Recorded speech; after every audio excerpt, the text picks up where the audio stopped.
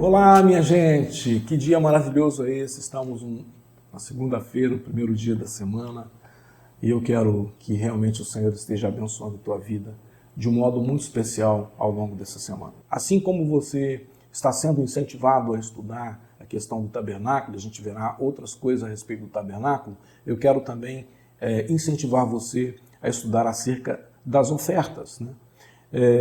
E aqui nós encontramos, já no capítulo 35, né, o Senhor levantando, né, o povo de Israel, né, para trazer uma oferta alçada, né, no versículo 5, né? Tomai do que vós tendes uma oferta para o Senhor, cada um cujo coração é voluntariamente disposto trará por oferta alçada ao Senhor, ouro e prata e cobre, como também pano azul, púrpura, carmesim, linho fino, pele de cabras, né? E aí o Senhor vai descrevendo, né, o que ele gostaria que o povo trouxesse, né? E então essa oferta voluntária, que aqui na palavra hebraica é tenufá, né, refere-se às posses pessoais e preciosas dadas livremente para o Senhor, né? E aí o que acontece é que no verso 29 nós encontramos uma expressão que descreve como o povo respondeu. Todo homem e mulher cujo coração voluntariamente se moveu a trazer alguma coisa para toda a obra que o Senhor ordenara, e se fizesse pela mão de Moisés, aquilo trouxeram os filhos de Israel por oferta voluntária ao Senhor, né? Então, minha gente, quando o Senhor ele está instituindo o tabernáculo, ele instrui, ele chama o povo de Israel, né, a compartilhar as suas posses para construir o tabernáculo. E todos eles fizeram isso de muito boa vontade, né? No verso 21, né, diz assim, e todos os que de fato queriam voltaram trazendo uma oferta para o Senhor, a fim de que a tenda da presença de Deus, o Senhor, fosse construída. E eles trouxeram tudo que era necessário para a adoração e para fazer as roupas dos sacerdotes. No versículo 26, elas, né, as mulheres habilidosas, também fizeram tecidos de pelos de cabra. E no verso 29, o que nós já lemos, todos os israelitas trouxeram de muito boa vontade as suas ofertas a Deus, o Senhor. Então você consegue aqui, meus irmãos, captar o espírito daquela época. Os israelitas eles estavam entusiasmados e alegres em dar os seus recursos e as suas habilidades para a construção do tabernáculo. Esse é o espírito no qual o Senhor deveria ser adorado hoje também, né? Hoje muita gente ele está levando alguma coisa para Deus em forma de uma troca, né? Porque eu estou com uma dívida, então eu vou dar para receber uma provisão para pagar minha dívida.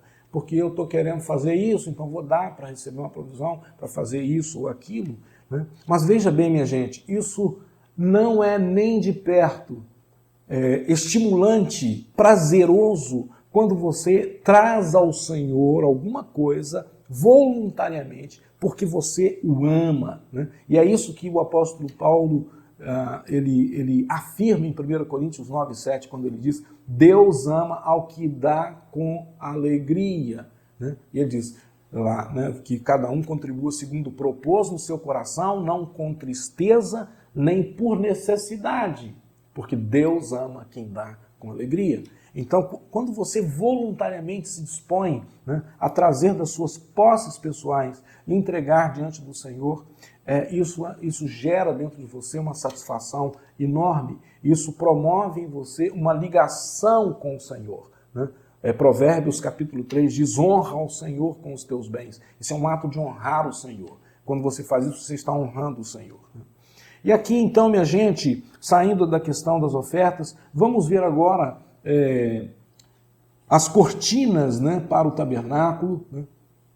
E elas têm uma representação muito interessante. Na página 71 do seu livro, você pode ver aí cada uma dessas cortinas. A cortina, na verdade, a cortina do tabernáculo, que era o que cobria o tabernáculo, né? Ele tinha 4 camadas. A camada número 1, linho fino, com cores específicas e com ganchos de ouro, né? Nós podemos ver aí, olha só, que essas cortinas, na parte de baixo, né, feita de linho fino, né, ela tinha figuras magníficas de querubins ou anjos costuradas nela. Então, a parte interna era totalmente tomada, né, de figuras angelicais, né, e as cores que estavam ali nessa primeira parte era a cor da eternidade, que era o azul, né, a cor da realeza, que era a púrpura, e a cor do sangue sacrificial do cordeiro, que era escarlate. E essas cortinas eram ligadas com colchetes de ouro e elas simbolizavam a divindade de Cristo. Então, quando o sumo sacerdote, os sacerdotes, né, entravam, né, na tenda da presença, né, no tabernáculo, eles encontravam essa figura maravilhosa. Era como se eles estivessem adentrando ao céu, né, ao santo lugar de Deus. Isso é maravilhoso, minha gente. E mostra o que o Senhor está preservando ou reservando para nós mesmo nesse tempo. Ainda que fisicamente nós ainda não estejamos entrando no céu, mas você, ao adentrar na presença de Deus para ter comunhão com Ele, você estará num lugar como esse, né, que está cercado pela divindade de Cristo. Isso é fantástico, isto é maravilhoso, né? E aí, depois nós temos uma segunda camada feita de pelos de cabra negros, né, e ganchos de metal, né? E essa segunda camada, ela representa a humanidade de Cristo, né? A humanidade de Cristo. Então, a primeira camada, a divindade de Cristo. A segunda camada, a humanidade, né? E ainda temos uma terceira camada de pelos de carneiro e vermelhas, e sem ganchos. E essa terceira camada, ela representa Cristo como nosso substituto, né? Ou seja, Cristo, o substituto, o Cordeiro de Deus que tira o pecado do mundo, né? O sacrifício substitutivo que ele fez por nós na cruz do Calvário. E aí nós temos uma última camada de peles de leão marinho cinza e sem ganchos, né? E aí, gente, uma indicação aqui do pastor Ralph Neighbour em nosso livro, para nós lermos Isaías 53, 2 e 3, que aqui está exatamente essa quarta camada sendo tipificada. Olha só, Isaías 52, 2 e 3. Pois foi subindo como renovo perante ele, e como raiz de uma terra seca, não tinha parecer nem formosura, e olhando nós para ele, nenhuma beleza víamos para que o desejássemos. Então quem olhasse o tabernáculo de fora não veria beleza alguma, veria uma coisa cinza, né? Uma coisa sem beleza. A beleza estava por dentro e não por fora, né? Ou seja, quando olhamos para Cristo, nenhuma beleza víamos, ou seja, nada que caracterizasse que ele fosse diferente, que ele fosse um anjo, que ele fosse um homem guerreiro, nada disso. Ele era um homem simples. O verso 3 diz, ele era desprezado, mais indigno entre os homens, homem de dores, experimentado nos trabalhos, um de quem os homens escondiam o rosto, era desprezado e não fizemos dele caso algum. Né? Ou seja, essa quarta camada, ela representa Cristo como um homem, né, servo, né? Como está lá em Filipenses capítulo 2, dizendo exatamente desse processo, né? Ou seja, que nós devemos ter o mesmo sentimento que houve em Cristo, que apesar de estar na forma de Deus, ele não teve por usurpação o ser igual a Deus, antes a si mesmo se humilhou, né, tomando a forma humana, e depois de estar na forma humana, ele humilhou-se ainda mais,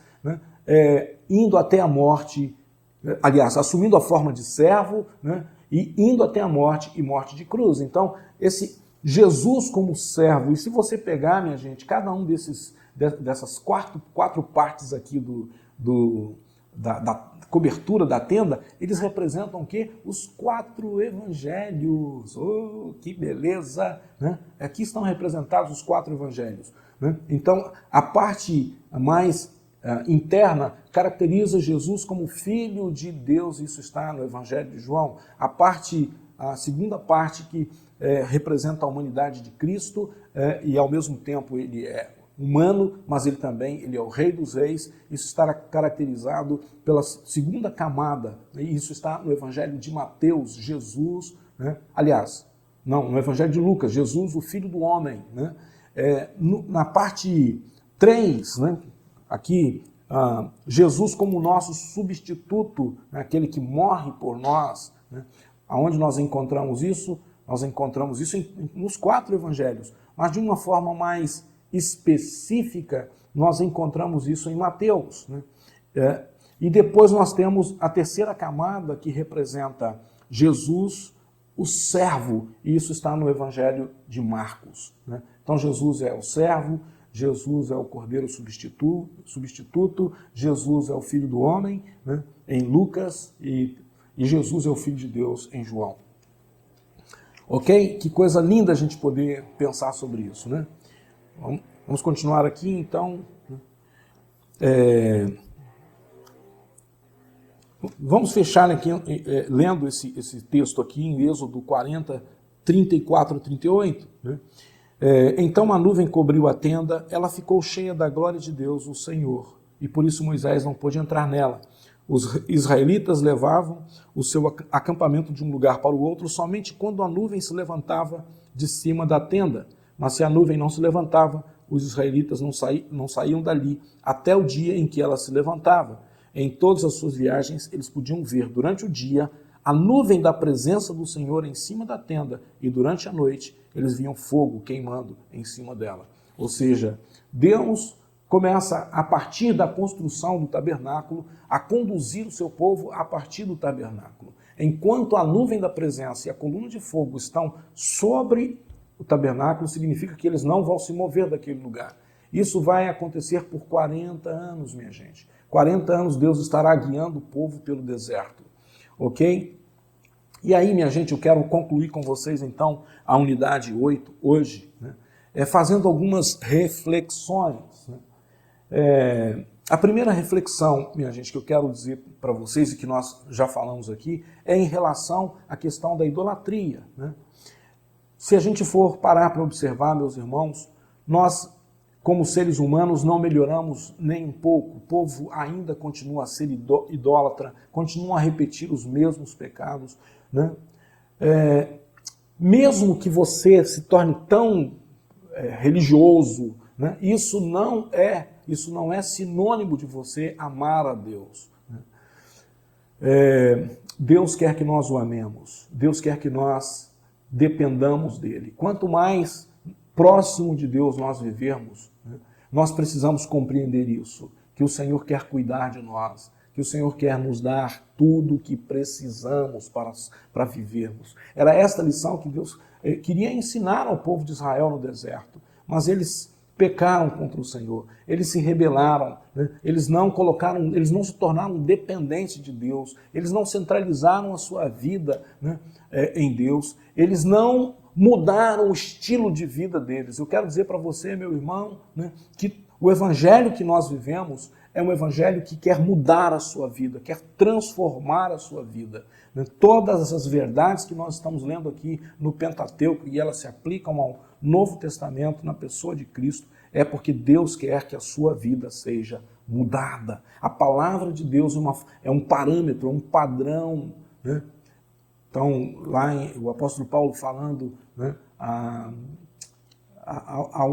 ao discípulo dele, Timóteo, ele diz: procura apresentar-te a Deus aprovado, como obreiro aprovado, que não tem de que se envergonhar e que maneja bem a palavra da verdade. Ou seja, esse manejar bem não significa que você tem domínio das Escrituras, mas significa que as Escrituras moldaram a sua vida. Né? As Escrituras transformaram você, não num religioso julgador, não, transformaram você num cristão autêntico, parecido com Cristo, que ama de verdade a Deus acima de todas as coisas e que ama o próximo como a si mesmo. Então, hoje eu quero encorajar você nessa fala final, né? Dizendo para você, amar o Senhor sobre todas as coisas. Esse amar o Senhor, né? E aqui a gente encontra isso aqui, significa que você vai separar-se para Ele. Né? Veja bem, minha gente, separando-se para Ele através de um dia de descanso, como o Senhor instruiu ao povo lá: guardem o sábado, meu dia de descanso. É um sinal de união entre mim e vocês para sempre, a fim de mostrar que eu, o Senhor, os separei para serem o meu povo, Portanto, guardem o dia de descanso, porque ele é sagrado para vocês, né? Ou seja, Deus quer ter um tempo com você, um tempo específico. Então comece separando. Veja bem, minha gente, vocês têm 7 dias da semana. Sabe, assim como você dá o dízimo do seu recurso, você deveria dar o dízimo do seu tempo, né? 7 dias por semana, né? Cada dia 24 horas. Multiplica isso, quantas horas dão? E veja quanto tempo você precisa dedicar ao Senhor.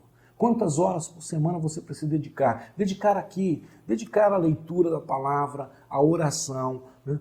Dedicar ao serviço do Senhor, ao discipulado, a ir à sua célula, a vir à sua celebração, separar esse tempo para Deus. Não há desculpas, meus irmãos, para nós não estarmos fazendo isso. Há muita gente usando a pandemia como desculpa para não servir ao Senhor como deve, com o seu tempo. Isso não é desculpa, né? Arranje uma outra desculpa, porque essa não está colando, ok? Venha para ter intimidade com o Senhor, venha para adorar o Senhor como Ele quer que você o adore. Que Deus te abençoe nesse dia, te abençoe nessa semana e que esta semana você já comece a separar um tempo específico, um tempo consagrar o seu tempo de oração. Esse é meu tempo de oração. Todos os dias eu vou gastar esse tempo de oração, né? Escute a voz de Jesus falando aos seus discípulos. Vocês não conseguiram separar nem uma hora para estar na minha presença. Que nós possamos separar um tempo específico para estar na presença do Senhor. Um tempo para meditar nas Escrituras, que graças a Deus você deve estar fazendo através do Conhecendo Minha Bíblia, um tempo para discipular, para cuidar de outros irmãos, seu irmão mais novo, um tempo para estar na célula, em comunhão com a sua família ampliada, e um tempo para estar na celebração, a comunhão com a Igreja de Cristo e experimentar o Deus transcendente. É isso aí, uma semana cheia de Deus na sua vida. Amém.